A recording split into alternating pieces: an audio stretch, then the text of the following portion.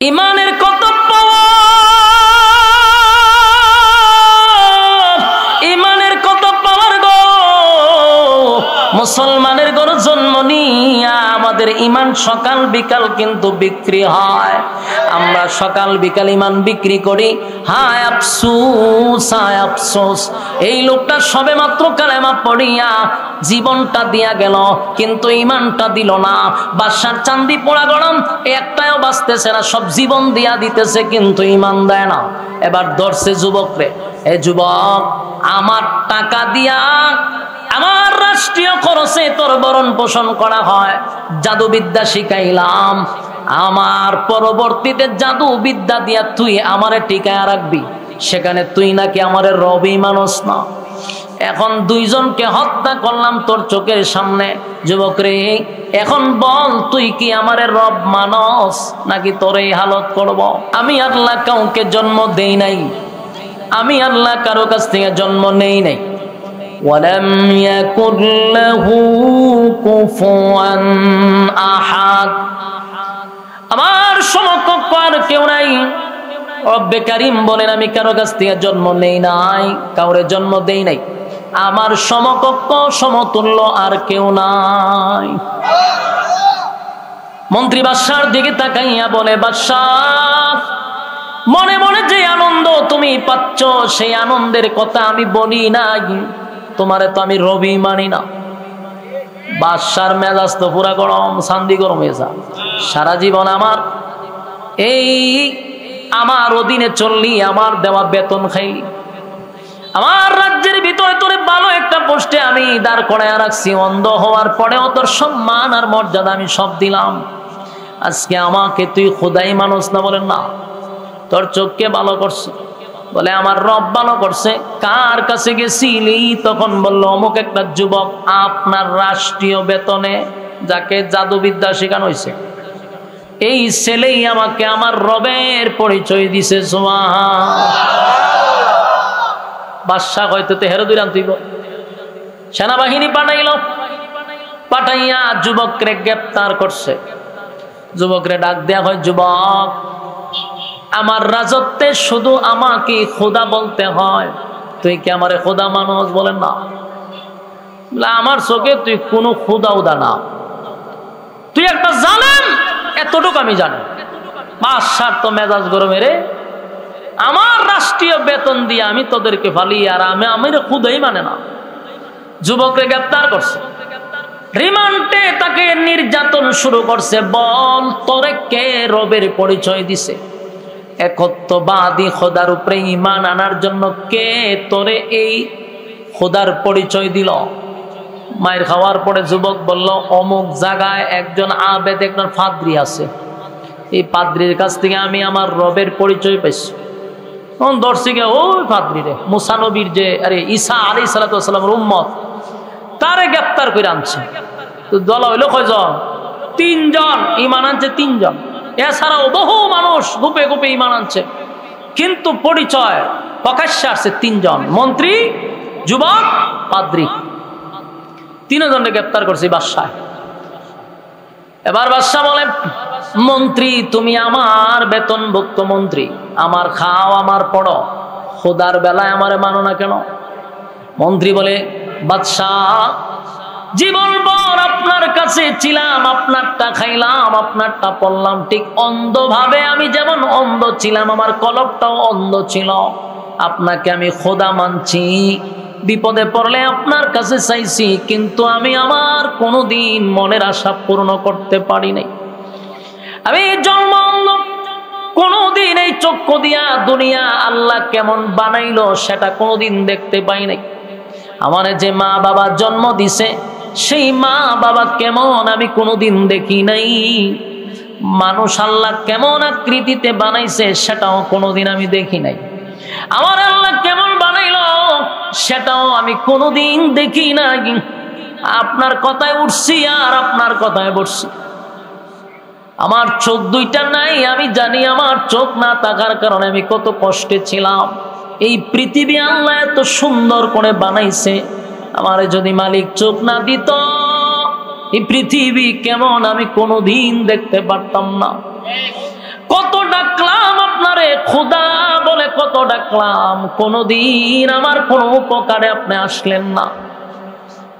এই বাদশাহ, এই যুবক যখন আমার রবের পরিচয় দিল, আমি আমার রবরে শুধু একবার আল্লাহ বলে ডাক দিছি, সুবহানাল্লাহ, আল্লাহ বলে ডাক দিলাম, সাথে সাথে আমার মালিক আমার চক্ষুটা ফিরাইয়া দিল। আমি পৃথিবীর সৌন্দর্য দেখতে পারলাম, আমি মানুষ কেমনে বানাইলো সেটাও দেখলাম, আমি আমার সব কিছু ফিরে পাইলাম। শুধু একদিন আল্লাহরে একবার ডাক দেওয়ার পরে যদি এমন নিয়ামত আমি পাই, সেদিন থেকে বুঝতে পারছি আপনি কোনো খোদা না। খোদা না মানলে মানুষকে শুলিতে ঝুলাইয়া আপনি হত্যা করেন, আপনি জালেম হতে পারেন কিন্তু খোদা হতে পারেন না। আর যিনি খোদা হয় তার মরণ নাই। বাদশারে, তোর জন্ম আছে, তোর মরণ আছে, তোর ঘুম আছে, তোর খাওয়ান আছে, কথা হয় না? এই তোর ঘুম আছে, তোর খাওয়ান আছে, তোর মরণ আছে, তোর জীবন আছে, তোর জন্ম আছে, তুই আবার খোদা হস কেমনে? বলুন, আল্লাহর কি ঘুম আছে? আল্লাহর খাওয়ান আছে, আল্লাহর জীবন আছে, মরণ আছে, কথা হয় না? আল্লাহু লা ইলাহা ইল্লাহু আল হাইয়ুল কাইয়্যুম লা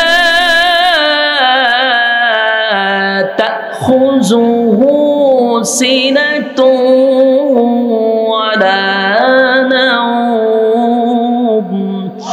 আল্লাহ বলেন, আমি আল্লাহর যেমন খাওয়া নাই, ঘুম নাই, আমার তন্দ্রাও নাই।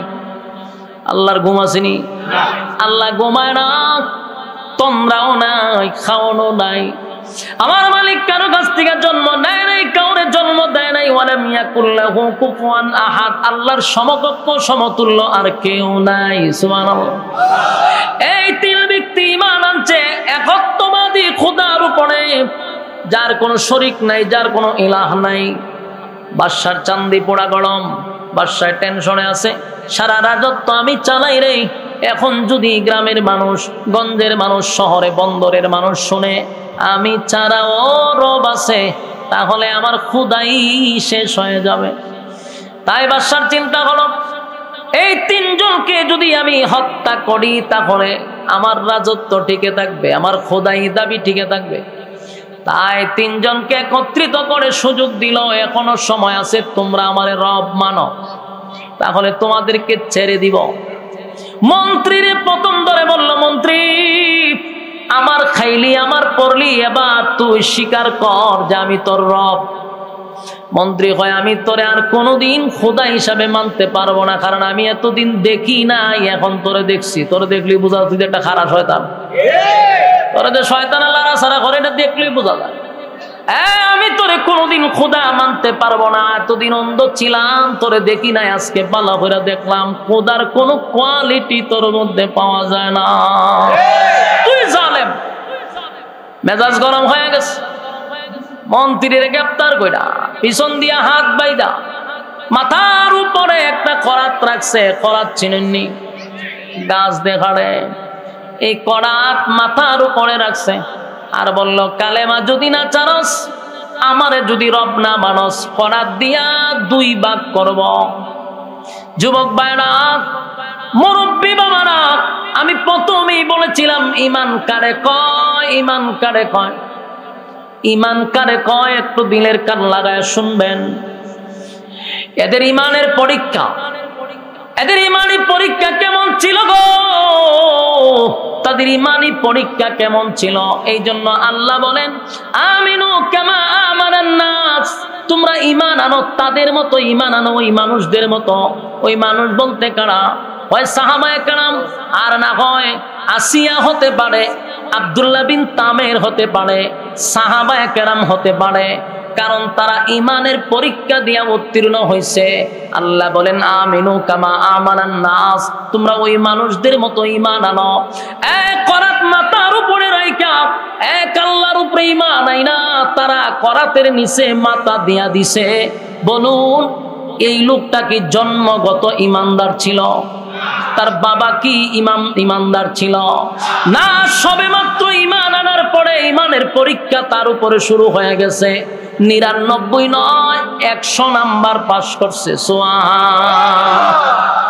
আমার যুবক ভাইরা, এই যে আমি বক্তা সহ, আল্লাহ মাফ করুক আপনাদের ব্যাপারে আমি জানি না, আমার ব্যাপারে বলি, আমার মাথার উপরে যদি করাত রাখে রে, আমার ঈমান টিকবো কিনা আল্লাহ ভালো জানে।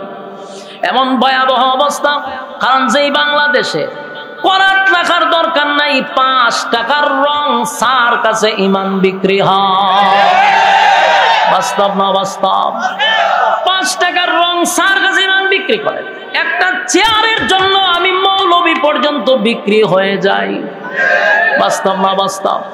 একটা চেয়ার পাওয়ার জন্য আমি মৌলবি পর্যন্ত মানুষের কাছে বিক্রি হয়ে গেছি। আমাদের ঈমান এত দুর্বল হয়েছে। সাধারণ পাবলিকের উপরে আমার কোনো অভিযোগ নাই, আমরা হুজুররাই তো এখন যা শুরু করছি।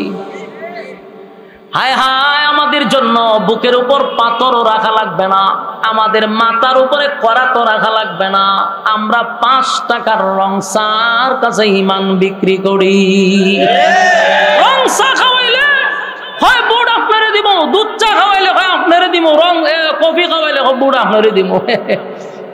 গুরু মার্কা গিয়া হয় দুধ চা খাওয়াইছে, তো গুরু মার্কারে হয় আপনারে বুট দিব। কিছুক্ষণ পরে ছাগল গেছে, ছাগল মার্কায় গিয়া হয় বুট কারে দিবি, সিদ্ধান্ত হয়েছে না হয়তো রং দুধ চা খাওয়া। ইচ্ছা মতো দুধ চা খাওয়াইছে, পরে ছাগল রে খাওয়াইছে, ছাগল মার্কা বুট আপনারে দিব। কিছুক্ষণ পরে মহিষ মার্কা গিয়া খাওয়াইছে কফি, এখন কি আর ছাগল আর গরুরে বুট দিব?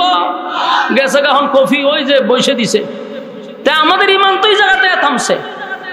আমার যুবক বায়না, আল্লাহ বলেন আমিনু কামা আমানান নাস, ওই মানুষদের মতো ঈমান আনো যারা করাত মাথার উপরে রাইখাও কালেমা ছাড়ে নাই। মন্ত্রী রে করাত দিয়া 2 ভাগ করছে। হায় হায়, এই ঘটনাগুলি যখন আমরা পড়ি আমি নিজের মধ্যে আমার কম্পন সৃষ্টি হয়। আল্লাহ না করুক যদি আমারে করাতটা মাথাত রেখে হয় মৌলবী ঈমান ছেড়ে দে, আমি কতক্ষণ টিকা থাকবো এই চিন্তায় আমার ঘুমে ধরে না যে সর্বনাশ, কেমনে মাথাত করাত নিছি। করাত দিয়ে যদি এইভাবে কাটতে থাকে, বুঝেননি অবস্থাটা, একবার চোখ দিয়ে কল্পনা করেন, ভাবা যায়। কিন্তু তারপরেও করাতের নিচে গিয়াও ঈমান দেয় নাই, জীবন দিয়া দিছে, ঈমান দিছে না। ঠিক কিনা বলেন?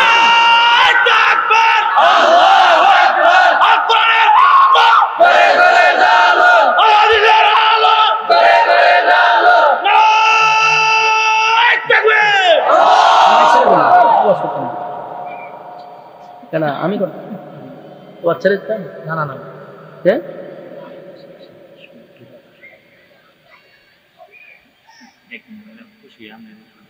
আচ্ছা, এটা পরে মহিলারা তো বক্ত করে। আচ্ছা, কালেকশনের কথা বলে ভাই পথ ছেড়ে দিতেই বল, আমার দ্বারা যেটা সম্ভব না এটা আমার দিয়ে করেন, আমি ছেড়ে দিব। বাস হুজুর নিয়ে আসেন, ছেড়ে দিতেছি কথা। আচ্ছা, হুজুর এলাম এমনি ছেড়ে দিব, অসুবিধা নাই। হুজুর আসলে ছেড়ে দিব, হুজুর নিয়ে আসলে ছেড়ে দিব ইনশাল্লাহ। বিরক্ত লাগতেছে, আপনারা বুঝে লেছি তো। কথাগুলি মনোযোগ দেন। 1 নম্বর হলো ঈমানের পরীক্ষা। ঈমানের পরীক্ষা আপনি আমাদের আসবে, ঈমানের পরীক্ষা আসবে, এটা মাথায় রাখবেন।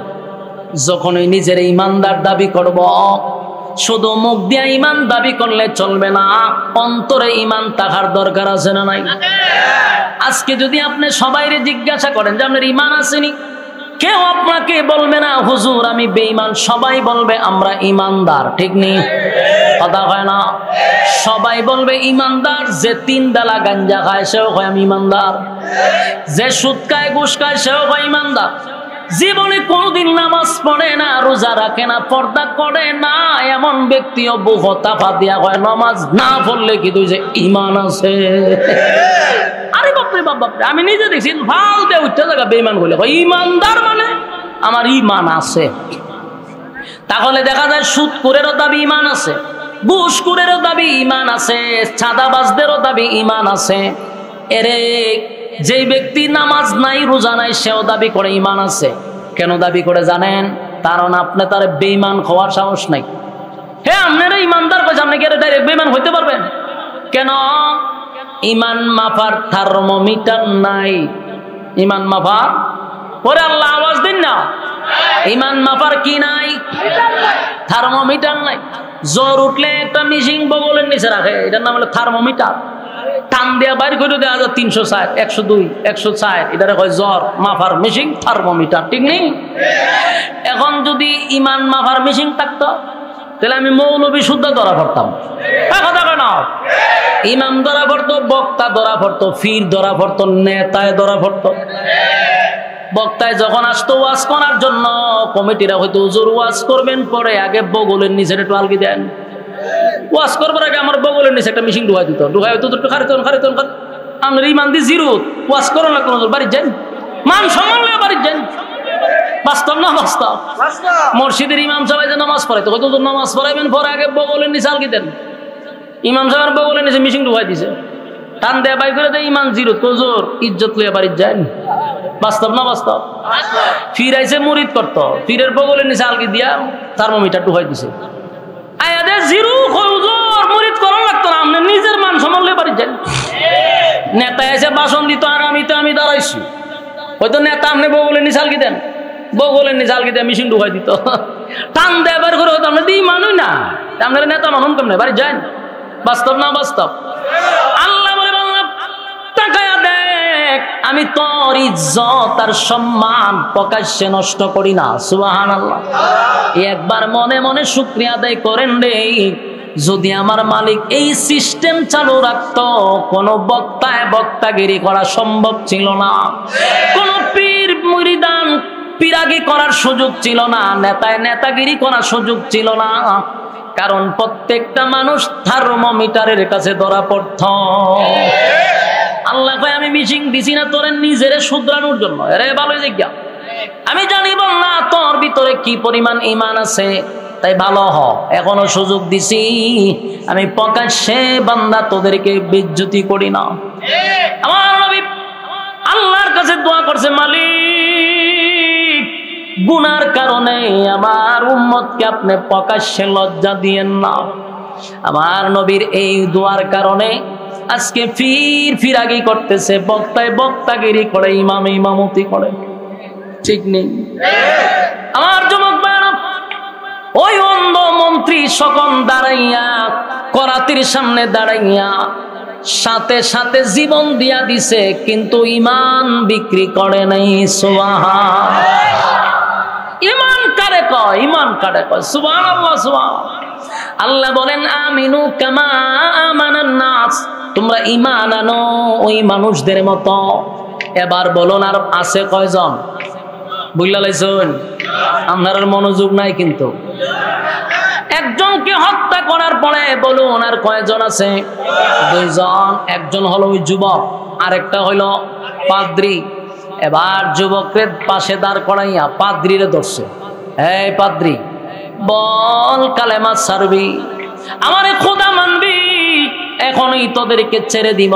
পাদ্রী কয় আমাকে, আমার কাছ থেকে ঈমান শিখলো এই যুবক, যুবকের কাছ থেকে ঈমান শিখলো এই বৃদ্ধ মন্ত্রী।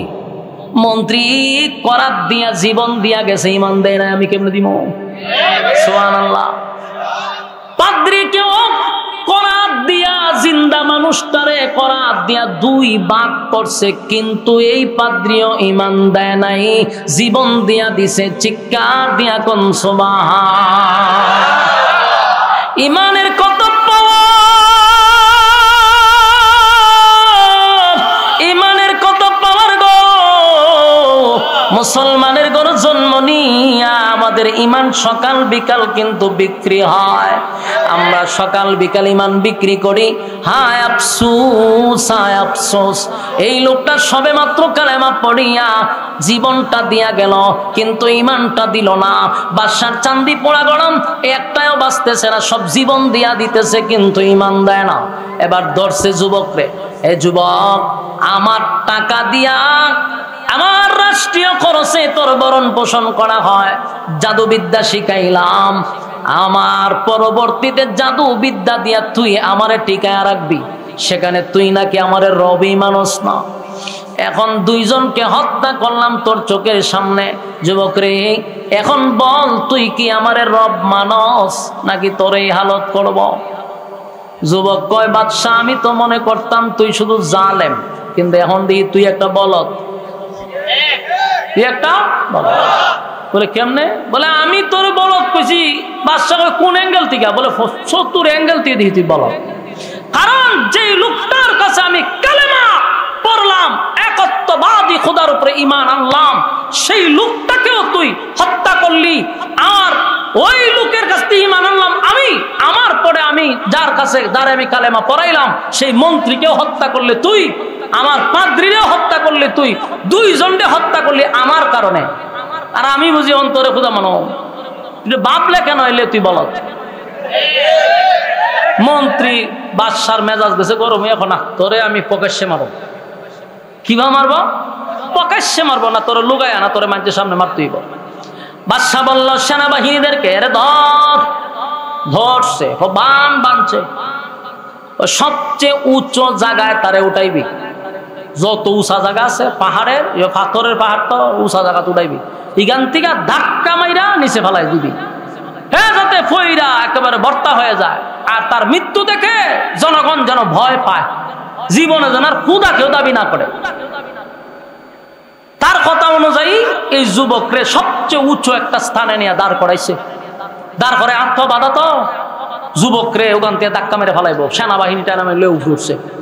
যুবকে করছে কি, আল্লাহর কাছে দোয়া করছে, আল্লাহ মৃত্যু তো আমাকে বরণ করতেই হবে, আমি দুনিয়াতে থাকবো না এটা আমি জানি, চলে যেতেই হবে, তবে আমার একটু সময় দেন আল্লাহ, আপনি আমারে হেফাজত করেন, এই জালেমদেরকে আপনি ধ্বংস করেন।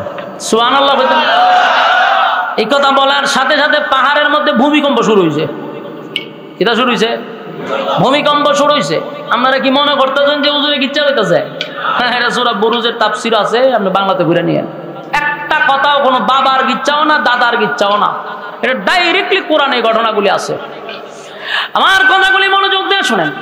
বাদশাহ যখন তারে উঠাইলো, বিষয় পাথরের পাহাড়, নিচেও পাথর, কিন্তু আল্লাহ শুরু করে দিয়েছে ভূমিকম্প। কি কম্প? পাহাড়ের মধ্যে ভূমিকম্প শুরু করলো। ভূমিকম্পের কাঁপনিতে বাদশার যত বাহিনী আছে সব নিচে পড়ছে, ডিগবাজি দিয়া। নিচে পড়া মাত্রই বর্তা হয়ে গেছে, একবারে হমানে শেষ। কিন্তু যুবক পড়ে নাই। যুবককে আল্লাহ বাঁচাইছে। যুবক সুস্থ অবস্থায় পাহাড় থেকে লাইমা বাদশার সামনে হারিয়ে হয়, কি অবস্থা বালানি। বাদশাহ কতক্ষণ চাই হয়, কিরে ঘটনা কিতা, আমার বাহিনী কো? ওই পাহাড়ের নিচে গিয়ে দেখ, পাহাড়ের নিচে গিয়ে দেখ, সব বাহিনী বর্ত হয়ে গেছে, নাক মুখ হাত পাও সব বইটে গেছে, সব মরে গেছে। বাদশাহ ঘটনা কিতা, তোরে না আত্মবান্ধে উঠাইলাম, বাহিনী মরার তো কথা না, তুই মরার কথা। শুনছ না ভূমিকম্প দিয়েছে? বলে হ, এই ভূমিকম্পতে সব শেষ। বাদশার ভিতরে একটা ভয় আমায় গেছে, ইয়ারই সর্বনা, এই ভুয়া তো সাধারণ ভুয়া না।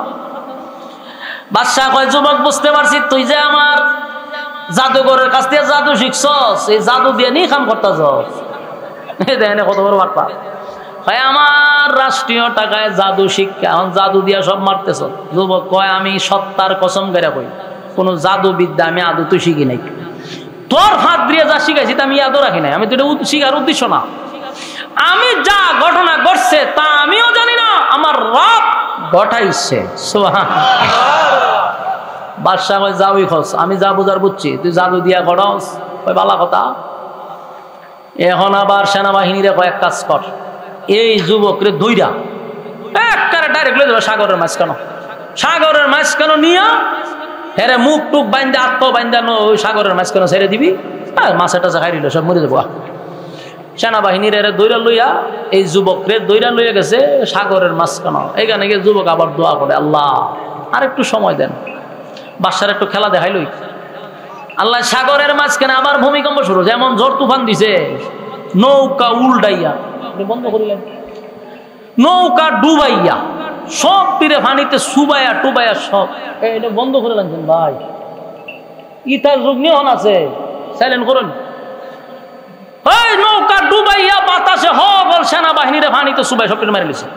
সুবহানাল্লাহ, জানি মাইরা লাইছে, জনমের মার খাওয়াইছে, কিন্তু যুবকের কিছুই হয় নাই। এখানে সুবহানাল্লাহ। যুবক বাদশার সামনে আবার খারিছে, কিতা খবর? বাসায় দেখে আবার বেওয়ার হয়ে যায়, মাথা দাঁত দেওয়া হয়। ঘটনা কিন্তু আমি না ভাড়ালাম সাগরের মাঝখানে তোরে হত্যা করার জন্য, হয় হত্যা তোর সব সেনাবাহিনী শেষ।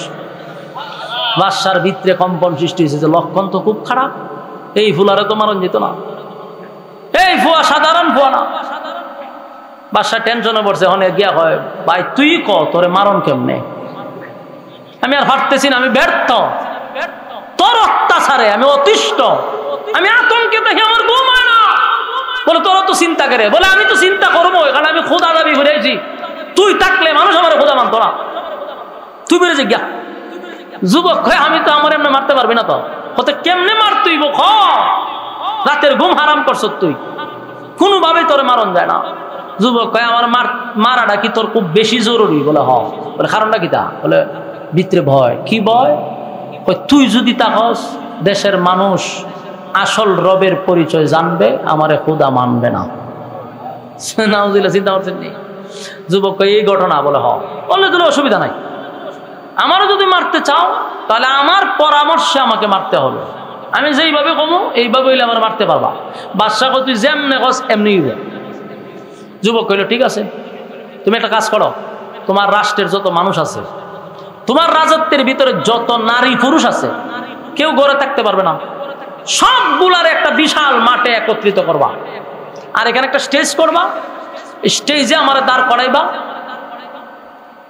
আর আমি আমার রবের কথা বলছি, রবের নাম নিয়ে তুমি তীর মারবা, আমার বুকে লাগবে, আমি মারা যাবো। সুবহানাল্লাহ। বাদশা কোনো অসুবিধা নাই। হইলো যে একটা লোকও ঘরে থাকতে পারতো না, যদি কোনো লোক ঘরে থাকে তাহলে কিন্তু হইতো না। বাদশা প্রয়োজনে কসপ্রায়ার করে মারলাম ওসব, তুই নাই তুই গো। আচ্ছা ডক্টরেট যদি কয় বলে আগামীকালকে আপনারা ঢাকা আইসেন, আপনাদেরকে চা খাওয়াবো, যাইবো মানুষ? ভাই আমি করার জায়গা না। কিন্তু যদি ঘোষণা দেয় যারে ঘরে খাওয়া যাবো হেরে ক্রস ফায়ার করা হবে, কেউ ঘরে থাকবো? কথা হয় না, আমি হুজুরে ঘরে থাকতাম না, বলে সব বনাস ক্রস ফায়ার করবো, মেরে লিব, সব দল হইব। কথা কই না দি? এই বাসায় রম জারি করছে, ঘরে ফেলে মেরলাম, সব মানুষ আর ঘরে রয়েছে না, সব এক জায়গায় এসেছে, নারী পুরুষ সব আসছে। বাদশা ওই যুবকের কথা অনুযায়ী স্টেজের মধ্যে ছেলেরা দাঁড় করাইছে। বলে এখন কি করতাম? হয় আমার কে মারতে গেলে আমার রবের নাম নিবি, এত জোরে নিবি যেন এখানে উপস্থিত সব মানুষ শুনতে পারে। যুবক সব মানুষ শোনার পরে আমাকে তীর মারবি, আমি মারা যাব। সবার সামনে যুবক বলল আমার রবের নাম নিয়ে আমাকে মারলে মরবো, এর আগে মরবো না। বাদশা ওই যুবকের নাম নিয়ে বিসমিল্লাহ আল্লাহু আকবার কই তীর মারছে, বুকে ঢুকছে, যুবক মারা গেছে। যুবক মারা গেছে। ঘটনা শেষ না? ঘটনা তো শুরু হয়েছে, কিন্তু আপনারা ধৈর্য নাই, এমাদা হইতে যায় হুজুর কালেকশন করুন। পৎকার নাম আমরা সাইদুল্লাহ সাফি ভাই কালেকশন করলো, তাই আমি কিতা করতাম? হুজুর আইছে নি, হুজুরে লই আইব কিতা কথা, আমি সালাইতাম নি, আমরা বলে সালাবো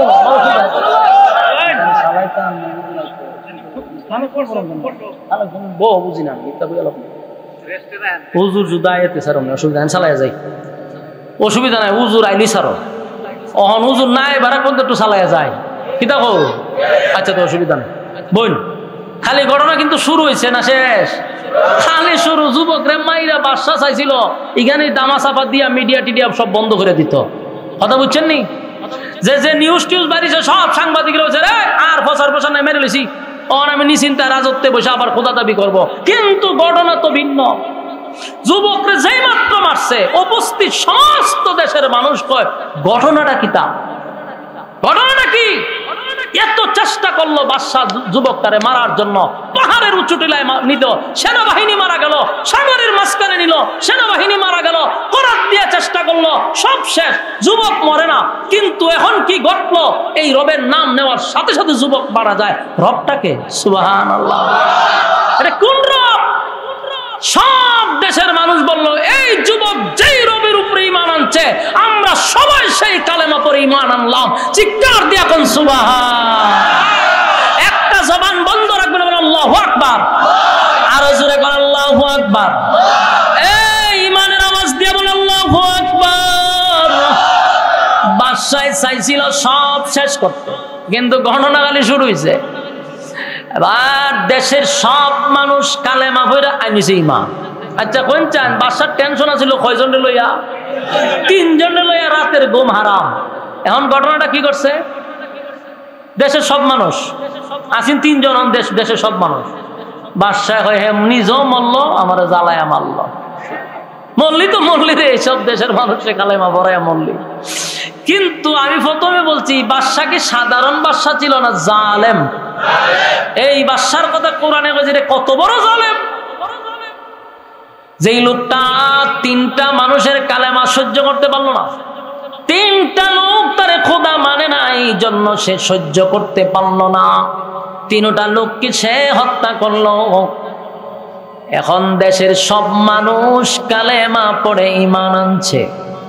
এই বাদশা এর পরেও চিন্তা করলো না যে দেশের সব মানুষ যেহেতু কালেমা পড়েই ফেলছে, তাহলে শেষ করে দিই। হে কয় না, আমার যারা রব মানবে না এরারও আমি দুনিয়াতে থাকতে দিব না। নাউজুবিল্লাহ। চিন্তা করেন, একবারও চিন্তা করছেন জনগণ দিয়ে তুই বাদশা? কথা কয় না। জনগণ দিয়ে তো তুমি প্রধানমন্ত্রী, কথা কয় না। জনগণই যদি না থাকে সাধার প্রধানমন্ত্রী দিয়ে কি করা? তোমার পিছিয়ে যদি জনগণই না থাকে, তোমার মতো নেতা দিয়ে আমরা কি করব? তোমার পিছিয়ে তো জনগণ নাই। স্বৈরাচার রাজত্ব চালাইছে, একবারও চিন্তা করছে না দেশের জনগণ আমাকে চায় না, দেশের জনগণ আমাকে সহ্য করতে পারতেছে না, কিন্তু জোর জবরদস্তি কইরা থাকতেইব, চালাইতে হবে। বিস্ফোরণ ঘটছে না? ঘটছে না? হ্যাঁ, বেশি চিপলে কিন্তু সমস্যা, বেশি চিপলে তিতা হয়। বেশি চিপবেন না, অল্প চিপাতে খায়ালাম, কিন্তু যখন চিপতে থাক, চিপতে তো রস আর মিঠা হইতো না, এটা তিতা হইব। 16 বছর মানুষের মনের বাহিরে গিয়ে যুদ্ধ করছে, বিস্ফোরণ করছে। জমিনে ভাড়া দিতে পারছো? আসমানে ভাড়া দিয়ে যেমন লাগছে, কথা কয় না। শিক্ষা গ্রহণ করো। আল্লাহ বলেন এই জালেম শাসক কালেমা পড়ার কারণে সে সিদ্ধান্ত নিছে, কত মাথা গরম। 16 বছর আল্লাহ ছাড় দিছে, ছাইরা দিছে না, কিন্তু কথা হয় না। অতীত থেকে যারা শিক্ষা গ্রহণ না করে তারাও কিন্তু বেজ্জতি হয়, কথা কই না? যেই মালিক ইজ্জত আর সম্মান দিয়া চেয়ারে বসায় রে, এই মালিক কিন্তু জুতা দা ফিরাইয়া বাল্লামা। তাই চেয়ারে বৈশা গেলে বুঝ জানিও না যে এটা আমি পাইছি, আর এখানে বৈশা ক্ষমতার অপব্যবহার করো না। কারণ যেই চেয়ারে আল্লাহ সম্মান দিয়া বসাইছে সেখান থেকে আবার লামাইতে পারে কিনা? তাই দেশের সব মানুষ যখন কালেমা পড়ছে, তখন এই জালেম শাসক যখন গর্ত খনন করা শুরু করছে, পাইছেননি গর্ত? গর্ত পাইছেননি? আল্লাহ কি বলছিল? ওয়াসসামাই যাতিল বুরুজ واليوم الموعود وشاهد ومشهود। 4টা কসম করছে। আমি ওয়াজ করি আমাদের সব সাইয়ের হুজুরের ভাই, হুজুর কি আমাদের যাইতে জায়গা নাইতাছে, তাইলে তো হুজুরে দেখবা নই। তা আমি যাই একটা বললাম, আমি এটা শেষ করবলে দিলেন না। ঘটনা খালি মজাটা রয়েছি, আপনারা চাই রয়েছেন সব হুজুরের ভাই। আর টিউব লাইট যেখানে জ্বলে, এখানে মোমবাতির দাম আছে নি? মোমবাতির আর আলো থাকবে না।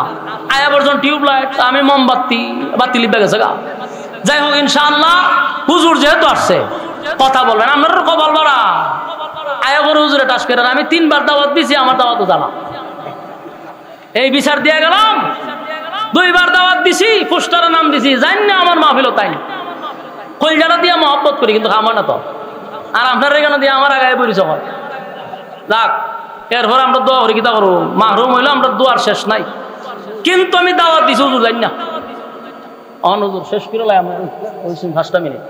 আচ্ছা, আপনার খবর বলা, কপালটা বলা বোন। এই মাদ্রাসার উদ্যোগে আজকের এই মাহফিল, ঠিক না? মাদ্রাসা মসজিদ কি এমনি এমনি চলে? কওমি মাদ্রাসা, এটা কওমের দ্বারাই পরিচালিত। আপনারা এই মাদ্রাসার সাথে যতদিন থাকবেন, মাদ্রাসা উন্নতি হবে ইনশাআল্লাহ। হ্যাঁ, লড়াচড়া করেন, হাত তোলেন, হাত তোলেন, হাত তোলেন, মাশাআল্লাহ, সবাই তোলেন, সবাই তোলেন, হাত তোলেন, আবার লামায় হাত তোলেন, বিসমিল্লাহ কর, বিসমিল্লাহ কর। ওই ফকটের দোকান সবাই দোকান, যার যতটুকু আছে ফকটে সবচেয়ে বড় নোটটা বাইর করবেন, 100 গণ 200 গণ 500 গণ, জলদি জলদি জলদি করেন, জলদি জলদি। কেউ খালি হাতে ওঠেন, মাদ্রাসা ছাত্র জলদি করেন, কেউ খালি হাতে যাবেন না, একজনও না দিয়া মোনাজাতে শরীক হবেন না ইনশাআল্লাহ, জলদি করেন। হ্যাঁ হুজুর, আপনারা হুজুর কই পড়ান, জলদি পড়ান, দেখলে পড়ান জলদি। হ্যাঁ রুমাল ধরো, রুমাল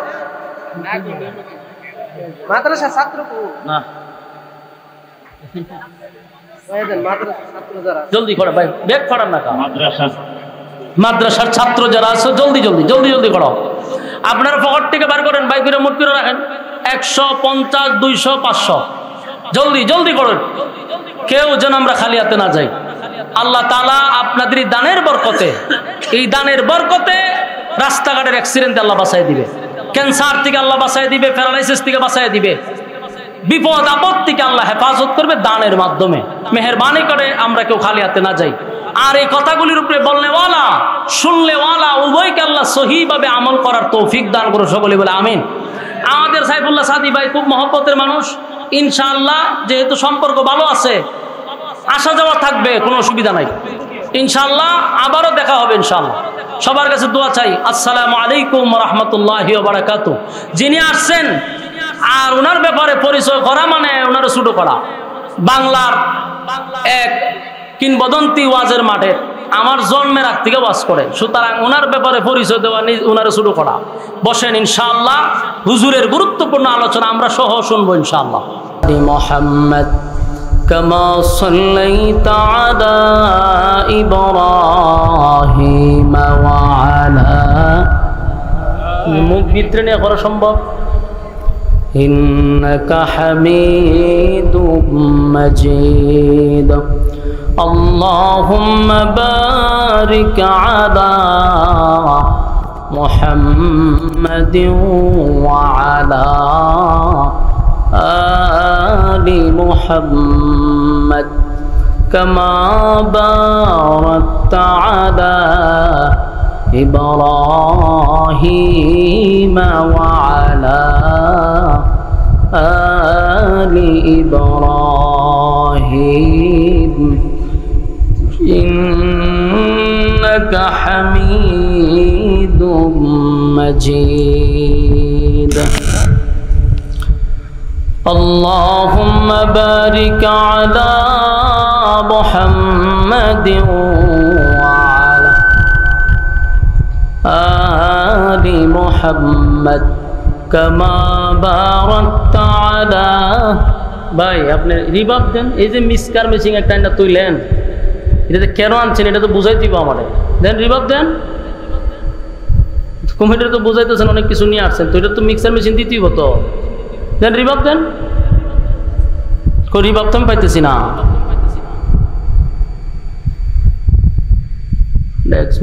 বোঝাইতেছে অনেক কিছু রয়েছে।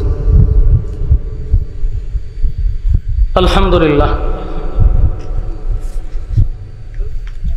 আয়োজিত আজকের চান্দিয়ারা দারুল উলুম ইসলামিয়া মাদ্রাসার উদ্যোগে বার্ষিক ওয়াজুদ্ওয়ার মাহফিলের এবং হাফেজ ছাত্রদের পাগড়ি প্রদান উপলক্ষে আয়োজিত আজকের এই মাহফিলের সম্মানিত সভাপতি আলহাজ কারি সিরাজউদ্দিন সাহেব। আজকের মাহফিলের সভাপতিত্ব করছেন হজরত মৌলানা আবুল হাশেম সাহেব। আজকের মাহফিলের যিনি মধ্যমণি এবং আজকের মাহফিলের যিনি প্রধান অতিথি ছিলেন, রাজপথের এক লড়াকু সৈনিক, হাজারো আলেমদের উস্তাদ শাইখুল হাদিস আল্লামা শাইখ সাজিদুর রহমান সাহেব, মহাসচিব হেফাজতে ইসলাম বাংলাদেশ। আজকের মাহফিলে আরও অনেক ওলামায়ে কেরাম উপস্থিত ছিলেন, নসিহত পেশ করেছেন এবং এখন যারা এখানে উপস্থিত হয়েছেন, বিশেষ করে নওজোয়ান তরুণ যুবক ভাইয়েরা, মুরব্বিয়ানে আযম, আওয়াজ যতটুকু জুড়ে যায় অবস্থানরত পর্দানিশী মা ও বোনেরা, সকলকে আমার অন্তরস্থল থেকে জ্ঞাপন করছি মোবারক, শুকরিয়া আদায় করছি যে আল্লাহ রাব্বুল আলামিন ফিতনা এবং ফাসাদ থেকে হেফাজত করে দিনই একটা মজলিসে আমাদেরকে আসার এবং বসার তৌফিক দান করেছেন। এজন্য আমরা শুকরিয়া আদায় করছি, আলহামদুলিল্লাহ। 100 বার বইলা দিছে এরা মাইকের ব্যাপারে সচেতন থাকেন, এরপরে এরা আমাদের কথা শুনলো না। আপনারা কি আওয়াজ পান? আমি নিজের ওয়াজ নিজে শুনতেছি না, তো আপনারা কি শুনবেন? আপনারা মাইক মাহফিলের জন্য সারা দেশ গরম করে এলাম, তো মাইকের ব্যাপারে তো দুর্বল কেন আপনারা? হ্যাঁ, আমার কানে আমার আওয়াজ যায় না, তখন এটা দাঁড়ে নিলে কিছু আওয়াজ হয়। এইভাবে কি ওয়াজ করা সম্ভব? আমার মুখ কিভাবে রাখা সম্ভব? এই সাউন্ড সুন্দর করেন।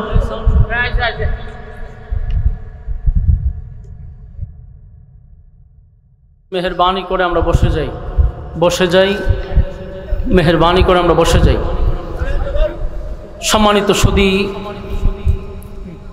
আরামের ঘুম হারাম করে আরামের বিছানা আপনারা ছেড়ে দিয়ে নর্মাল এক বিছানায় আপনারা বসছেন।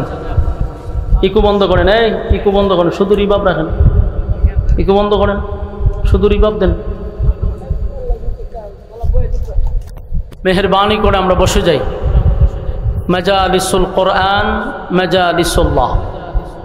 এই কোরআন হাদিসের মজলিসগুলা অত্যন্ত দামি মজলিস, ফেরেশতাদের মজলিস, আল্লাহ ওয়ালাদের মজলিস। যতক্ষণ বসা থাকবো নাযালাত আলাইহিমুস সাকিনা, উপর থেকে সাকিনা রহমত আল্লাহ নাজিল করবে। এজন্য আমরা রাস্তাঘাটে বেহুদা সময় নষ্ট না করে, নয়েজ বন্ধ করেন, নয়েজ বন্ধ করেন। নয়েজ দিব কেন? নয়েজ বন্ধ করেন। রাস্তাঘাটে বেহুদা সময় নষ্ট।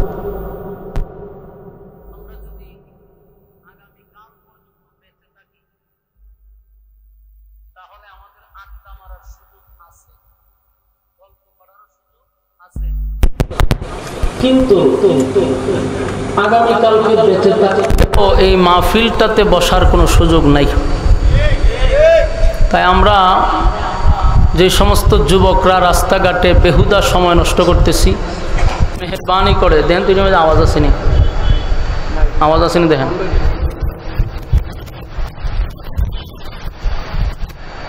মেহেরবানি করে আমরা বসে যাই, বেহুদা সময় নষ্ট না করি।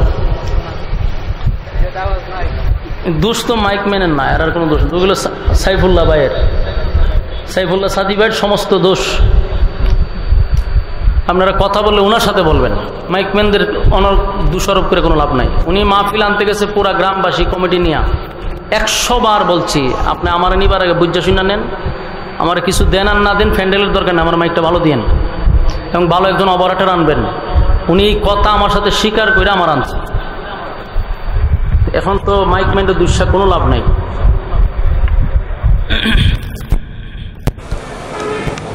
তো শুধুই আমরা বসে যাই, সমস্যা নাই। যতটুকু আওয়াজ আছে হয়তো বেশি লম্বা করার কথা ছিল, অল্প সময় বয়ান শেষ করে দেবেন ইনশাআল্লাহ। আমি যতটুকু পারি খুব তাড়াতাড়ি বয়ান শেষ করবো, আপনার বসে যান। লম্বা সময় নেওয়ার কোনো সুযোগ নাই। বয়ানের মোড নষ্ট হয়ে গেছে, কথা বলার যে একটা মোড থাকে এটা নষ্ট হয়ে গেছে। মেহেরবানি করে আমরা আর রাস্তাঘাটে ঘোরাঘুরি না করি। যারা দাঁড়ায় আছেন, আমি মনে করি পর্যাপ্ত পরিমাণ জায়গা এখনো প্যান্ডেলে আছে, চাইলে বসে যেতে পারেন। দেখেন, আমি একটা কথা বলছি যে গল্প করার সুযোগ কালকেও আছে, কিন্তু মাহফিলটা শোনার সুযোগ কালকে নাই। এই দিকটা খেয়াল করে আমরা বসে যাই। আর আমি যতটুকু জানি সান্দিয়াড়া আলেম ওলামাদের একটা মিলন মেলা, এখানে যতটুকু শুনছি বেশি গড়ে গড়ে আলেম, গড়ে গড়ে আলেম। তো উলামায়ে কেরাম যে এলাকায় বেশি থাকে, এই এলাকার মানুষগুলো থাকে সভ্য ভদ্র। কেন? আলেমদের একটা প্রভাব তাদের উপরে পড়ে। তো এই গ্রামের মধ্যে আলাদা একটা রহমত বরকত থাকার কথা, যেহেতু উলামায়ে কেরাম বেশি। এই জন্য আমিও জানি আপনারা খুব ভদ্র। মেহেরবানি করে আমরা বসে যাই, মেহেরবানি করে বসে যাই। প্রত্যেক ঘরে ঘরে নাকি আলেম আছে। আর এমন ব্রাহ্মণবাড়ি এটা আলেমদের শহর, ঠিক না? শ্রোতা যদি থাকে 1700 টাকা আলেম। আরে বাপরে বাপ, বাপরে ওলামায়ে কেরামের ঠেলা হই বাউন বেড়া। আল্লাহ তাআলা এই জমিনকে আরো উর্বর করুক, আমিন। এই জন্য ব্রাহ্মণবাড়িকে শহীদ বাড়িয়া বলা হয়। সবচেয়ে বেশি শহীদ ইসলামের জন্য, দিনের জন্য যারা রক্ত দিছে, বেশিরভাগ সারা 64 জেলার মধ্যে যদি আপনি পার্সেন্টেজ হিসাব করেন, এটা হলো ব্রাহ্মণবাড়িয়া। যদিও এখানে খারাপও আছে ভালো আছে। যেখানে ফেরাউন তাকে আল্লাহ এখানে মুসারে ফাড়ায়, ঠিক নেই? যত হুক্কুর হাক্কুর আছে সব বাউন্ডেরা, আবার প্রতিবাদ আলেম ওলামাদের প্রতিবাদও বাউন্ডেরা। আল্লাহ যেখানেও রাখছে এখানেও ভালো রাখছে। তো মেহেরবানি করে আমরা কথাগুলি শ্রবণ করবেন ইনশাআল্লাহ। আমি আপনাদের সামনে একটা সূরার শুরু থেকে কয়েকটা আয়াতে কারিমা তেলাওয়াত করছি। মেহেরবানি করে আমরা বসে যাই।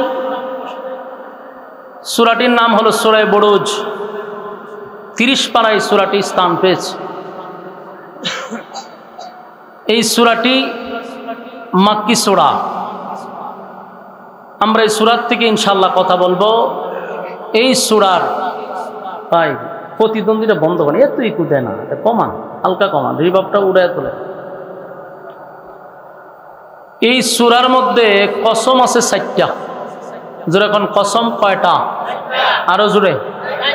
কসম আছে 4টা কসম আছে। 4টা কসম কেড়ে আল্লাহ আমাদেরকে কি বলছেন, কি বলতেছেন, কি বুঝাইতে চাচ্ছেন, এই কথাগুলি আমরা দিলের কান লাগায় শ্রবণ করব ইনশাআল্লাহ।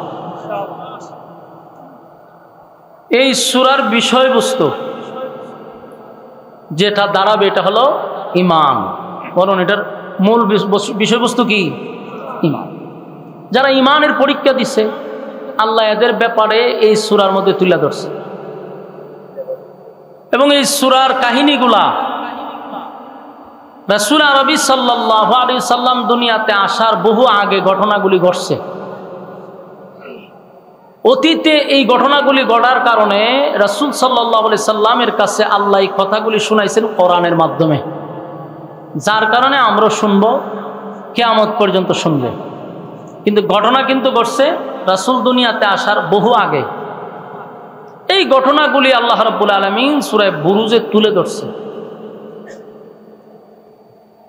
তো মূল কথা হলো এই সূরার শুরুতে 4টা কসম আল্লাহ করছে। কসম করার পরে যে কথাটা বলছে এই কথাগুলি আমরা একটু গুরুত্ব দিব ইনশাআল্লাহ। আল্লাহর প্রত্যেকটা কথারই লোড ওজন আছে না নাই?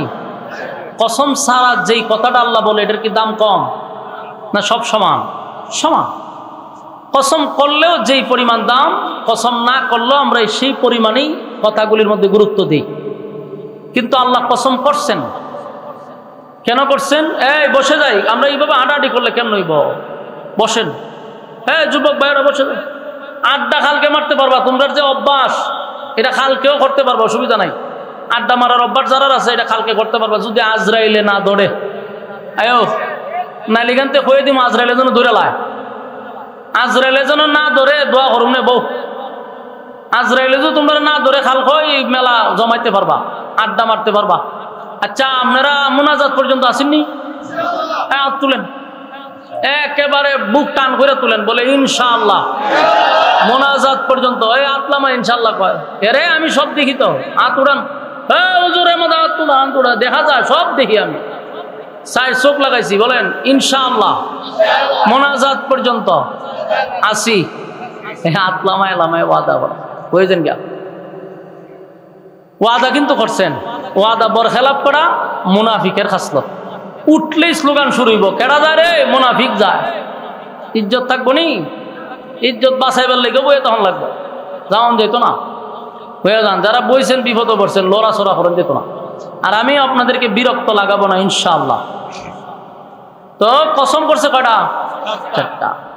কসম 4টা করে আল্লাহ যে ঘটনাগুলি বলছে আমরা একে একে ইনশাআল্লাহ শুনবো। আল্লাহ বলেন ওয়াস-সামাই যাতিল বুরুজ। আল্লাহ বলেন যে নক্ষত্রের কসম।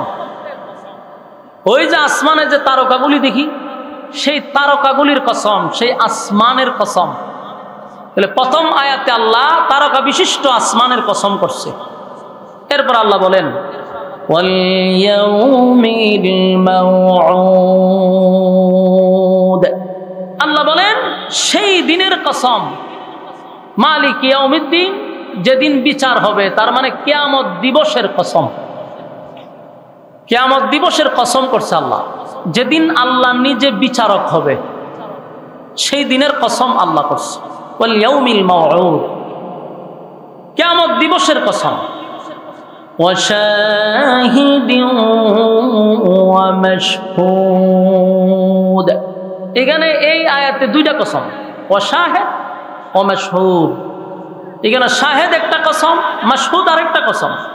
ওয়া শাহিদিন ওয়া মাশহুদ, এখানে দুইটা কসম। আল্লাহ বলেন এই ওয়া শাহিদিন ওয়া মাশহুদ, এখানে আল্লাহ ইয়াউমুল জুমআর কথা বলছে, আবার ইয়াউমুল আরাফার কথা বলছে, মানে যেই দিনটা ঘুরে ঘুরে মানুষের সামনে আসে সেই দিনটার কসম। যেমন জুমার দিন ঘুরে ঘুরে আমাদের সামনে আসে না, তাহলে এটার কসম। আবার আরাফার দিন এটাও আমাদের মধ্যে বছরে একবার ঘুরে ঘুরে আসে, এই জন্য আল্লাহ জুমার কসম করছে, আরাফার দিনের কসম করছে। তাহলে কসম হইল কটা? চারটা। এরপরে যে আল্লাহ কথা বলছেন 2-4টা কসম করার পরে, কুতিলা আসহাবুল উখদুদ, গর্ত খননকারীরা ধ্বংস। এখানে গর্ত খননকারীর ব্যাখ্যা অনেকগুলা হতে পারে। গর্ত খননকারীরা ধ্বংস হয়ে গেছে, তার মানে জালেমদের উপরে আল্লাহর অভিশাপ, জালেমরা ধ্বংস হয়। আর আল্লাহ নিজেই বলতে 4 কসম, জালেমদের উপরে আমি আল্লাহর অভিশাপ, যারা গর্ত খনন করছে তাদের উপরে আমি আল্লাহর অভিশাপ। এই কথাগুলি আপনারা একটু মাইন্ডে রাখেন। এখন আমি এটার ব্যাখ্যা করতেছি না, শুধু আপনারা একটু মাথায় রাখেন। তাহলে 4 কসমের পরে কি বলছে? গর্ত খননকারীর উপরে আল্লাহর অভিশাপ। এরপর আল্লাহ বলেন আন-নারি যাতির ওয়াকুদ, আগুনওয়ালা, মানে যে গর্তে আগুন ধরানো হয়েছে এই আগুনওয়ালাদের ব্যাপার আল্লাহ কথা বলছে। তাহলে এখানে আমরা আগুন পাইলাম যে গর্তে আগুন ধরেছিল। এর আগে কি বলছে? গর্ত খননকারীর উপরে আমি আল্লাহর অভিশাপ, এবং গর্ত খননকারীরা ধরা পড়েছে, ধ্বংস হয়ে গেছে। পরে আসলো কি? আগুনের কথা। এই প্রত্যেকটা কথা আপনি এখন মাথায় রাখতে হবে, তাহলে সামনের কথাগুলো আপনি বুঝতে সুবিধা হবে।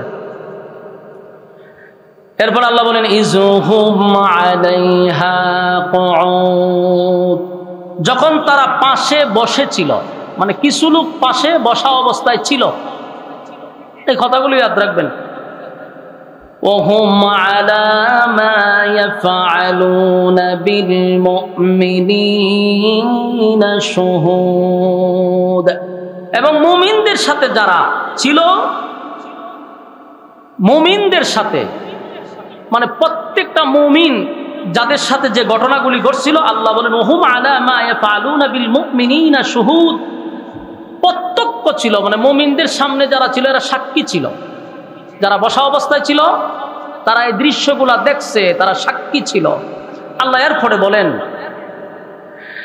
ওয়ামা লাকামু মিনহুম ইল্লা আন ইউমিনু বিল্লাহিল আজিজিল হামিদ, মুমিনদেরকে তারা শাস্তি দিছিল কেন?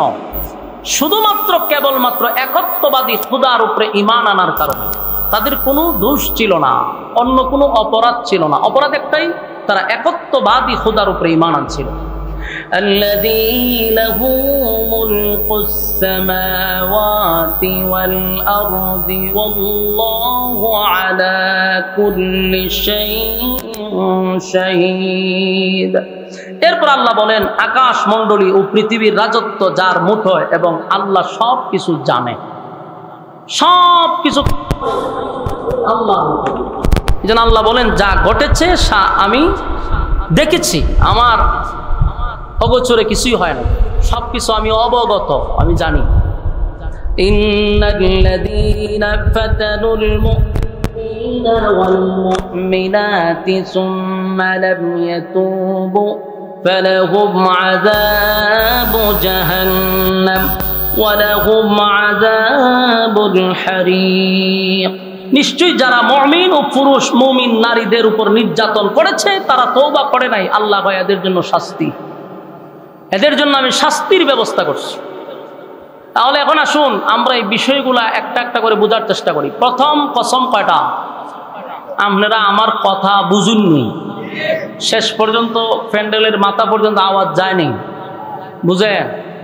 কথা দেখো, এরা তো কাউন্টার দেন। হ্যাঁ, আমার কথা বুঝুন না আপনারা? বুঝলে তো হা না করতেন রে ভাই, বিপদে বললাম যে মেয়া। আপনারা আমার কথা বুঝেন, বুঝলে মুখ বন্ধ করে রাখছেন কেন?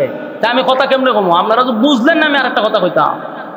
কারণ কথা বলার সময় যদি আপনারা কাউন্টার না দেন, হ্যাঁ না ঠিক বেঠিক তো বলতেইব। বললেন না, আমি বুঝতাম যে কথা রিসিভ হইতেছে, আর একটা কথা বলার আগ্রহ উৎসাহ বাড়বে। আমার কথা আপনারা বুঝেন? তাহলে জি হয়ে একটা আওয়াজ দিয়ে এবং যা জিজ্ঞাসা করি তা বলবেন। তাহলে দুইটা ফায়দা, একটা হলে আপনাদেরও ফায়দা, প্রতিটা কথা আপনার যেখানে ঢুকতেছে আপনার কাউন্টার দিতেছেন, কথাগুলো মুখস্থ হবে, ভিতরে ঢুকবে। যেন মেহরবানি করে একটু হানা বললেন, বলুন কসম কয়টা? আরো জোরে কয়টা? 4টা। কসম করার পরে আল্লাহ কি বলছে? যে জালেমদের প্রতি আমি আল্লাহর অভিশাপ। এখানে আল্লাহ বলছেন গর্ত খননকারীদের উপরে আমি আল্লাহর অভিশাপ, তারা মারা পড়ছে। গর্ত খননকারীরা মারা পড়ছে। তাহলে আমরা এখান থেকে একটা গর্ত পাইলাম, এরপরে আগুন পাইলাম, আগুন ধাউ ধাউ করে জ্বলছিল, একটা আগুনও পাইলাম। আবার এক আয়াতে পাইলাম যে পাশে কিছু লোক বসা ছিল, তারা সব দেখেছিল, ঠিক না? এরপর আমরা পাইলাম কিছু মানুষদেরকে শাস্তি দিছে, যারা ছিল পুরুষ মুমিন এবং নারী মুমিন। এই নারী এবং পুরুষদেরকে আগুন দিয়ে তারা জ্বালাইছে, পুড়াইছে। অপরাধ কি? ঈমান আনছে। কার উপরে? ভাই আল্লাহর রাস্তায় আপনারা এখানে ওয়াজ করতেছে, আমি তো জানি এটা ব্রাহ্মণবাড়ি। আরে ভাই, আমি তো মমি সিংহাইছি না ওয়াজ করতাম, না রংপুর আইছি, ব্রাহ্মণবাড়িয়া। তো আপনার স্টেজ থেকে যদি ব্রাহ্মণবাড়িয়ার আওয়াজ নাই, সে তো মমি সিং যাবো ভালো। ওখানকার মানুষ আওয়াজ দেন, এরা চুপ করে বইতে, আমরা এটা অভ্যস্ত হয়ে গেছি যে এরা আওয়াজ দেন, আমরা ওয়াজ করে যাই। কিন্তু এটা তো ব্রাহ্মণবাড়িয়া। আপনারা যদি আওয়াজ না দেন, তো ব্রাহ্মণবাড়িয়ার শ্রোতাদের জন্য যে ওয়াজ, এই ওয়াজ আমার ভিতরতে পারিত না, তো মমি সিংহে ওয়াজ করতে দিব। যেমন শ্রোতা এমন ওয়াজ, আমিও সব জানি। 2-3 বার জিজ্ঞাসা করে আওয়াজ না দিলে আমি আমার মতো ওয়াজ করে জঙ্গা লাগবো। আপনারা যে ব্রাহ্মণবাড়িয়ার মানুষ, এরকম ওয়াজ তো আমার করা দরকার, আমার কথা ওই রকম ভাবে বলা দরকার। কিন্তু এটা তো আমরা পাইতেছি না। এলে একটা আওয়াজ দিতে, আওয়াজ দিলে আমার আওয়াজ বাহির হবে। আপনারা যত বেশি আওয়াজ দিবেন তত বেশি আমার আওয়াজ বাহির হবে।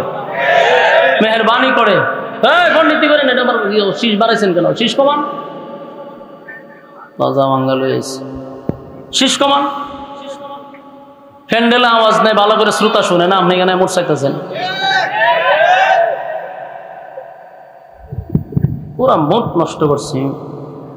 তাহলে আমরা 4টা কসমের পরে আল্লাহ গর্ত খননকারীর উপরে অভিশাপ দিছে। একটা গর্ত পাইছি, ইয়াদ রাখবেন। এরপরে গর্তের ভিতরে আগুন ধরাইছে, আগুনও পাইছি। এরপরে কিছু মুমিন বান্দাদেরকে আগুন দিয়া জ্বালানো হয়েছে, পুরানো হয়েছে। আল্লাহ বলতেছে আমি সব দেখছি। এবং কিছু মানুষ সেখানে বসে তারা আনন্দ ফুর্তি করছে। যখন মুমিনদেরকে আগুন দিয়া জ্বালানো হয়, তখন পাশে কিছু মানুষ বসে হাসি তামাশা করছে। তারা কারা? এর বিস্তারিত আলোচনা আমি করতে চাই, আপনারা যদি আমার অনুমতি দেন। কিন্তু আপনার আওয়াজও দরকার। যদি আওয়াজ প্যান্ডেলে না পান বলবেন, কাউন্টার দিবেন যে মাইকের আওয়াজ পাচ্ছি না, এটা বলতেই বল। এই জন্য আওয়াজ না পেলে আপনার ইশারা দিবেন যে আওয়াজ পাই না। তাহলে তো আমার এই ওয়াজ করার কোনো মানে থাকে না। পর্যাপ্ত পরিমাণ আওয়াজ থাকতে হবে প্যান্ডেলের ভিতরে, শোনা যায়, এতে আওয়াজ দিবেন। সম্মানিত শুধু এখন আসুন আমরা বিস্তারিত বলি। যে মুমিন বান্দাদেরকে আগুন দিয়া জ্বালানো হইছে, তাদের অন্য কোনো অপরাধ ছিল না। অপরাধ ছিল তারা ঈমান আনছে এক আল্লাহর উপরে। এই বাচ্চাগুলো উড়াই দেন, হুজুর এগুলো সবটি উড়াই দেন, পিছনে যাও। উড়ো, বইয়ে বইয়ে অনেকক্ষণ ধরে কথা বলতেছে, ওড়ো, পিছে যাও। আমার এত শ্রোতার দরকার নাই, যারা ওয়াজ শুনবে এরা আসেন। ওড়ো না কা, বইয়ে রইছে আবার, বইয়ে সবটি কথা কইতেছি কেন? আপনারা যারা ওয়াজ শুনবেন সামনে আসেন, ওয়াজ শুনলে সামনে আসেন। উঠো, মনে উঠো, তুমি পিছে যাও, পিছে যাও, ওয়াজ শুনো না, বাইক গিয়ে ঘুমাও। দুটো বাপ গরু ঘুমাইছে, পোলা ভান ফাটাইছে মাত্র ওয়াজ উনলে। বসেন, কথা বলো না, কথা বলো না। বাস পোলা ভান্ডে টুপি পরাই ভান যে পরে বাবা ওয়াজ শুন না যাও, আর বেচারা বাইক ঘুমাইছে। এতে কি ওয়াজুনি নিয়ে বই বই গপ করে। মেহরবানি করে আমরা যারা কথা শুনবো বসে যাই। দেখেন তাদের অপরাধ ছিল ঈমান আনছে কার উপরে? এক আল্লাহর উপরে। রাসূল আরবি সাল্লাল্লাহু আলাইহি সাল্লাম দুনিয়াতে আসার বহু আগে একজন জালেম শাসক ছিল।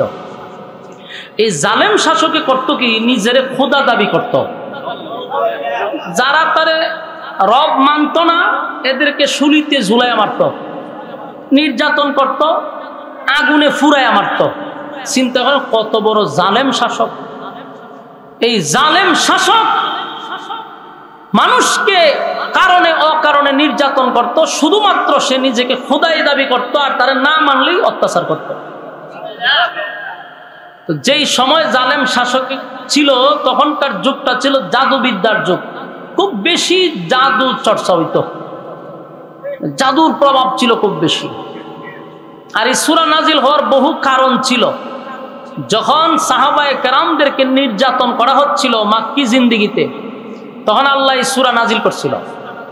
কেন নাজিল করছিল?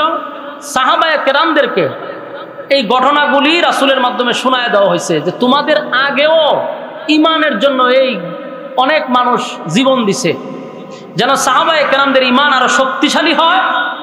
আল্লাহ সূরা বুরুজ নাজিল করছে। তো এই সূরা নাজিল হওয়ার মূল কারণ, বহুদিন ধরে ভাই আপনি শীষটা বন্ধ করেন, এটা বিরক্তি তো ভাই, মেহরবানি করে শীষটা বন্ধ করেন। এখন আমার ভোল্টেজ বাড়াইছই না, এখনো যদি তা করে তা আমার ভোল্টেজ বাড়ালে কি হইব? শীষ কমান, শীষ কমান। রাসূল সাল্লাল্লাহু আলাইহি সাল্লামে আসার আগে কিন্তু ঘটনাগুলি ঘটছে। জালেম শাসক নিজের খোদা দাবি করত, আর তার জামানায় সবচেয়ে বেশি জাদুবিদ্যা চলত। তো সবচেয়ে বড় জাদুঘর যাকে রাষ্ট্রীয়ভাবে বেতন দেওয়া হইতো, রাষ্ট্রীয়ভাবে তার সমস্ত খরচ বহন করা হতো, বিজ্ঞ একজন জাদুঘর ছিল। এই জাদুঘর বৃদ্ধ হয়ে গেছে। এত বৃদ্ধ হয়েছে সে নিজেই বুঝতেছে যে আমার লক্ষণ বেশি ভালো না, লক্ষণ বেশি ভালো না, যে কোনো সময় মারা যেতে পারি। তবে আমি যদি মারা যাই আমার বাদশা তো পড়বো বিপদে। ওই জালেম শাসকের বিষয়টা সে চিন্তা করতেছে যে আমার বাদশা তো বিপদে পড়বো, কারণ জাদুবিদ্যা দিয়ে তার পাওয়ার, তার ক্ষমতা মানুষের সামনে দেখানো হয়, আর মানুষ এইগুলা দীক্ষা তার রব মানে। কথা বুঝতেছে? জাদু দিয়া তার কেরামতি হাসিল করছে। যেমন বর্তমান যুগে এখন কিছু বন্ড পীররা কুফুরি কালাম করে, মানুষকে ভক্ত করে, মানুষকে আকৃষ্ট করে। ওই জালেমদের মতোই সিস্টেম ভিন্ন, জাদু না, এগুলোর হয় কুফুরি কালাম। ফু দিয়া দেখবেন গ্লাসও ফু দিছে, গ্লাস ফাইটে গেছে। শ্রোতার দিকে সুবহানাল্লাহ ও তো বড় ফি, এই তো বেড়া বেড়ি মরি দেওয়া শুরু হয়। এইটারে কয় কুফুরি কালাম। এরা এই পদ্ধতিটা বাচ্চা নিছে এখনকার ভণ্ডরা। আমিও মাঝে মধ্যে চিন্তা করে ভাই না, এটি ওপেন বিড়ি খায় এত মুরিদ পাইছে কো, আর কিতাব বুঝছে এত মুরিদ হয়েছে, আমার মাথায় ধরে না। তা আমার মাঝে মধ্যে আমি কাজ করাই যে আমার এলাকায়, তো কিছু লোক কাজ করে পরে দেখলাম এদের মধ্যে একজন হলো এরকম একজন পীরের মুরিদ, যে গেলাম কিতাব বুঝা পারি সব বনা হুজুর, মারাত্মক কামেল, মারাত্মক কামেল। কামেল কেমনে বুঝছেন? পারি সর্বনাশ, পানির মধ্যে ফু দিলে পানি আগুন হয়ে যায় সেটা। কেমন মুক্ত, আমি বাড়িতে কি করছি না খাইছি সব আমার ফিরে হইতে পারে না, আমি যা বোঝার বুঝা লেছি যে সব বনাশ করে লেছে। এই সমস্ত ভণ্ড মুরুক্ষ গুলারে মরিদ করে এই সমস্ত ভণ্ডরা। এদের মধ্যে দেখবেন শিক্ষিতর হার খুব কম। যত সরল সোজা মানুষ আছে, অজ্ঞ মানুষগুলার এরা মরিদ করে। এদের কাছে কোনো আলেম মুরিদ হয় না, এটা জেনে রাখবেন। কোনো আলেম মুরিদ হয় না, হয় যত সরল সোজা মানুষ আছে গ্রামের কমজোর ইমানদার, যেগুলার ইমান এমনি লড়ে সরে, এটিরে মরিদ করে। তো ওই জালেম বাদশাহ জাদু বিদ্যা দেখাইয়া মানুষকে আকৃষ্ট করত। তুই বৃদ্ধ চিন্তা করলো আমি যদি মারা যায় তাহলে আমার বাদশা চলবো কেমনে? বাদশারে প্রস্তাব দিল যে স্যার আমার তো লক্ষণ বেশি ভালো না, শরীরের হালতও বেশি ভালো না, যদি মারা যায় জাদু বিদ্যাটা আমি কার কাছে দিব? এজন্য আপনি আমাকে একটা বুদ্ধিমান, একটা সুটাম দেহের অধিকারী, একেবারে ইয়ং নৌজওয়ান একটা ছেলে আমাকে দেন, মেধা ভালো। বাদশা সারা দেশ বাচ্চা একটা ছেলে হয়েছে, বুদ্ধিবালা, বডিবালা, সর্বদিক দিয়া। এই বাদশার কথায় এই ছেলেকে এই বৃদ্ধ লোক জাদু শিখানো শুরু করলো। প্রতিদিন ক্লাসে আসে, জাদু শিখে, বিকেল বেলায় বাড়িতে যায়। হঠাৎ একদিন রাস্তায় দেখে ঈসা আলাইহিস সালাতু ওয়াস সালামের একজন উম্মত, তখন ঈসা নবীর উম্মত ছিল। এই ঈসা নবীর উম্মত, এই ব্যক্তিটা আবেদ ব্যক্তি, রাস্তার পাশে বসে কোন সময় যে মাইক উড়ায় ফেলায় দেয় আমি কইতারি না। তো আমার তো মেজাজ গরম ভাই, আত্মা মেজাজ গরম হয়ে জায়গা, এরা আমার মেজাজটারে হিট করে তো হয়। দেখেন এই লোক রাস্তা দিয়ে যাওয়ার সময় দেখে যে এক লোক বৈশা বৈশা ওয়াজ নসিহত করতেছে। যেমন মনে করেন আমি কথা বলতেছি, আপনারা শুনতেছেন, রাস্তা দিয়ে একজন যাচ্ছে, চিন্তা হলো এই লোকটা কি বলে, তার সামনে এত মানুষ, একটু শুনি। তো এক পর্যায়ে এই মানুষের সাথে এই ছেলেটাও বসছে। আওয়াজ কি আপনারা শুনেন? এখন একটা আওয়াজ দিয়েন। তো রাস্তার পাশে যখন লোকে বয়ান করতেছে, এই যুবক ছেলেটাকে বসছে। এক দুই দিন কথা শুনছে, দেখে ভালোই তো লাগে, এই আবেদের কথা ভালোই লাগে। তো প্রতিদিন সে এখানে একটু সময় দেয়। অন্যদিকে এই জাদুঘর তারে প্রতিদিনই ধমক দেয়, মারধর করে, যে মিয়া ক্লাসের টাইমে তুমি আসো না কেন, তোমার এত দেরি হয় কেন? কিন্তু সে তো ওখানে সময় দেয়, আসতে কিছু সময় দেয়, যাইতে কিছু সময় দেয়। একদিন এই যুবক ছেলে চিন্তা করলো, এই লোকটা এত সুন্দর সুন্দর কথা বলে, যেই রবের পরিচয় আমাকে দিচ্ছে, যেই রবের কথা বলতেছে, সারা দেশের মানুষ জানে বাদশাহী খুদা, সারা দেশের মানুষ জানে এই জালেম শাসক হইল খুদা, সেই রব, মানুষ তার রব হিসাবে মাইনা নিছে। যুবকও জানতো যে রব মানেই হলো এই জালেম শাসক, কিন্তু এই পাদ্রীর মুখ থেকে শুনতেছে আরেক রবের নাম, যিনি আসমান জমিনের মা, সে তো কোনোদিন খুদা হতে পারে না। যিনি রব হবেন তার তো জন্ম থাকতে পারে না, যিনি রব হবেন তার তো মৃত্যু থাকতে পারে না। যিনি রব হবেন উনি তো কাউকে জন্ম দিতে পারে না, উনি কারো কাছ থেকে জন্ম নিতে পারে না, উনি এক অদ্বিতীয়, ওনার কোনো শরিক নাই। এই মন্ত্রী চিন্তা করলো, যুবক যাই বলুক, কিন্তু চোখটা যদি ভালো হয় না, মেনে নিলাম, অসুবিধা কি? মন্ত্রী বলল ঠিক আছে, যদি তোমার রবের উপরে ঈমান আনলে আমার চোখই ভালো হয়, অসুবিধা কি? তা মেনে নিলাম। কালেমা পড়ছে, যুবক দোয়া করছে, এই মন্ত্রীর চোখ ভালো হয়ে গেছে। সারা জীবন চোখে দেখছে না, জন্মের পর থেকে পৃথিবী কেমন সৌন্দর্য আল্লাহ সাজাইছে এদিকে দেখছে, দেখে না, নিজের শরীর তো দেখছে না। মানুষ যে কেরো মিরতি জানে না, চোখ খোলার পরে সে তো আশ্চর্য হয়ে গেছে, চিৎকার শুরু করছে। জীবন ভর বাদশারে খোদা ডাকলাম, এই বাদশা আমার চোখ ভালো করতে পারলো না। তুমি কোন রবের পরিচয় আমাদের দিলা, যে রবের নাম একবার নেওয়ার সাথে সাথে আমার চোখ দান করছে? সুবহানাল্লাহ। এই মন্ত্রী তো পাগল হয়ে গেছে যে আমি এমন এক রবের পরিচয় পেলাম, একবার শুধু তারে ডাক দিলাম, এক ডাকে সারা দিয়া চক্ষু দিয়া দিল। বছরের পর বছর বাদশারে খোদা বলি, কোনোদিন চোখ ভালো হইল না। এই মন্ত্রীর ভিতরে ইমানের এত স্পিরিট বাড়ছে, একেবারে মনে প্রাণে কালেমা গ্রহণ করছে। এখন আইছে, এখন তো সে তো আগে মোটামুটি আতায় মাতায় যাইতো গা, চোখে দেখছে না জীবনে, এখন তো সব দেখে, দেখলে তার চিনে না। এখন আমি যে আগে জানতাম তেন না আপনার ফ্যান্ডেল ফোন তো আমি আইতে পারতাম, আমি চোখ দেখি না, এইভাবে অভ্যস্ত হয়ে গেছি গা। এখন হঠাৎ করে দেখছি, তাহলে আমি কি চিনব? বাদশার এই মন্ত্রীরে একজনে নিয়ে আসছে, বাদশা তখন মন্ত্রী তো সব দেখে। এখন আইসা যখন মন্ত্রী সবাই বসছে, তো বাদশার নজর পড়ছে মন্ত্রীর উপরে। কারণ একটা জিনিস খেয়াল করবেন, যারা অন্ধ এরা বাচন ভঙ্গি তাহে ভিন্ন, হারিয়ে থাকলে চিন্তা করে, ঠিক নেই?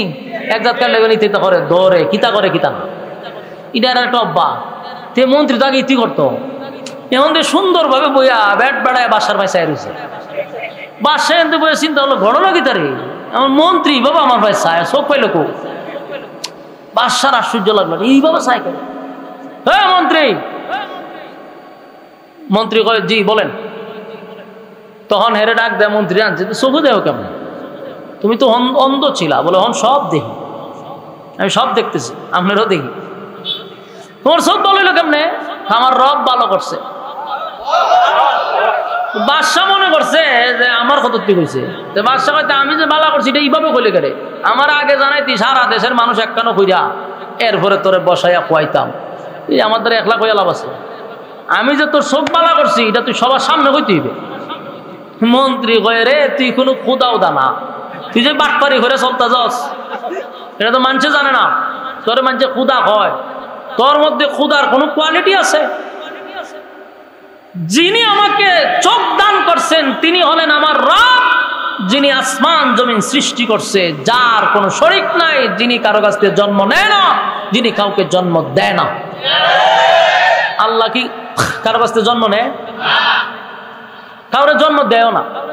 আল্লাহ নিজে বলছেন লাম ইয়ালিদ ওয়া লাম ইউলাদ,